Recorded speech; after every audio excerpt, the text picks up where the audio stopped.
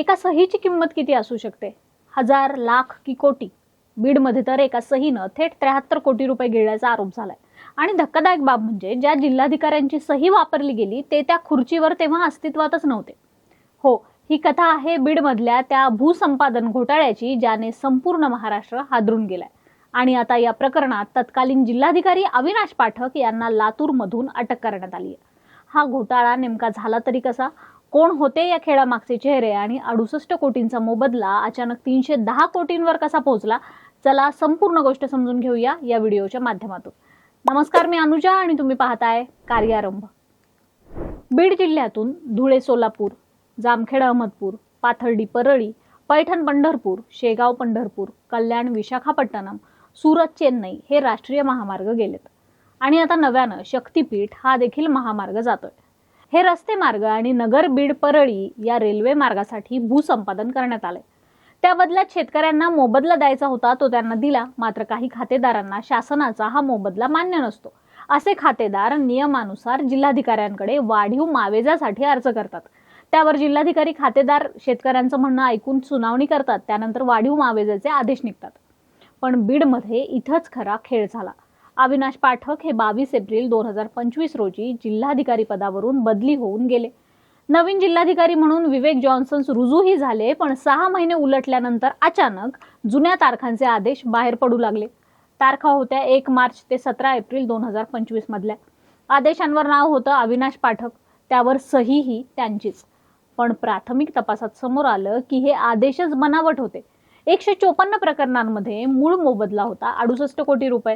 तो थेट वाढवून करण्यात आला 310 कोटी 20 लाख म्हणजे तब्बल 241 कोटी 62 लाख रुपयांचा वाढीव मोबदला मंजूर झाल्याचे बनावट आदेश तयार करण्यात आले. आणि यातून 73 कोटी 4 लाख रुपये प्रत्यक्ष खातेदारांच्या नावाने वाटलेही गेले. सगळ्यात धक्कादायक म्हणजे इतक्या मोठ्या व्यवहाराची कोणतीही अधिकृत नोंदवहीच नव्हती. ना रजिस्टर, ना प्रक्रिया, ना अधिकृत नोंद. म्हणजे सरकारी यंत्रणेत कुठेतरी कोणीतरी सिस्टीमच हायजॅक केली होती. या प्रकरणी महसूल विभागातील कर्मचारी, कंत्राटी कर्मचारी आणि वकील अशा तब्बल 10 जणांवर गुन्हे दाखल झाले. संजय हंगे, त्र्यंबक पिंगळे, शेख अजहर यांना अटक देखील झाली. काही वकिलांनी अटकेपासून दिलासा मिळवला तर काही आरोपी अजूनही फरार आहेत. पण या संपूर्ण प्रकरणात सर्वात मोठा ट्विस्ट पुढे आला. तो म्हणजे कॉल रेकॉर्डिंग. तपास यंत्रणांच्या हाती आरोपींच्या मोबाईलमधून 25,000पेक्षा जास्त कॉल रेकॉर्डिंग लागल्यात. त्यातील आवाजांचे नमुने तपासले जात आहेत, सह्यांचे नमुने तपासले जात आहेत. म्हणजे आता प्रश्न फक्त पैशांचा नाहीये, तर हे संपूर्ण नेटवर्क कोण चालवत होतं याचा प्रश्न आहे. या प्रकरणाच्या सुरुवातीचा तपास पोलीस उपाधीक्षक पूजा पवार करत होत्या. घोटाळ्याच्या प्रत्येक बाजू त्या तपासून पाहत होत्या. तपास सुरू असतानाच त्या सध्या रजेवर गेल्या आणि त्यानंतर या प्रकरणाचा तपास IPS M व्यंकटरमण यांच्याकडे सोपवण्यात आला. त्यांच्याकडे तपास येताच हालचालींना वेग आलाय. अखेर 7 मे 2026 रोजी तत्कालीन जिल्हाधिकारी अविनाश पाठक यांची चौकशी सुरू केली गेली. या चौकशीत सह्या बनावट नसल्याचं उघडकीस आले. त्याच मुद्द्यावरून पाठक यांना लातूरमधून अटक करण्यात आली.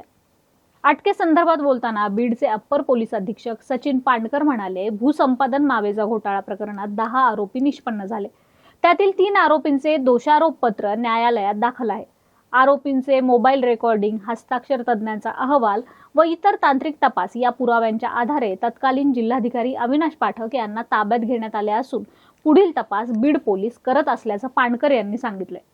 सूत्रांनी दिलेल्या माहितीनुसार हे आदेश अविनाश पाठक यांनीच काढल्याचं प्राथमिक तपासात सिद्ध होतंय.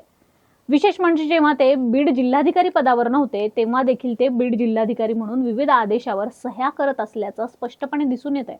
आज पाठक यांना लातूर न्यायालयात हजर करून बीडला आणलं जाणार आहे. सूत्रांच्या माहितीनुसार SITने आता बीडच्या कोषागार कार्यालयाकडे देखील मोर्चा वळवलाय.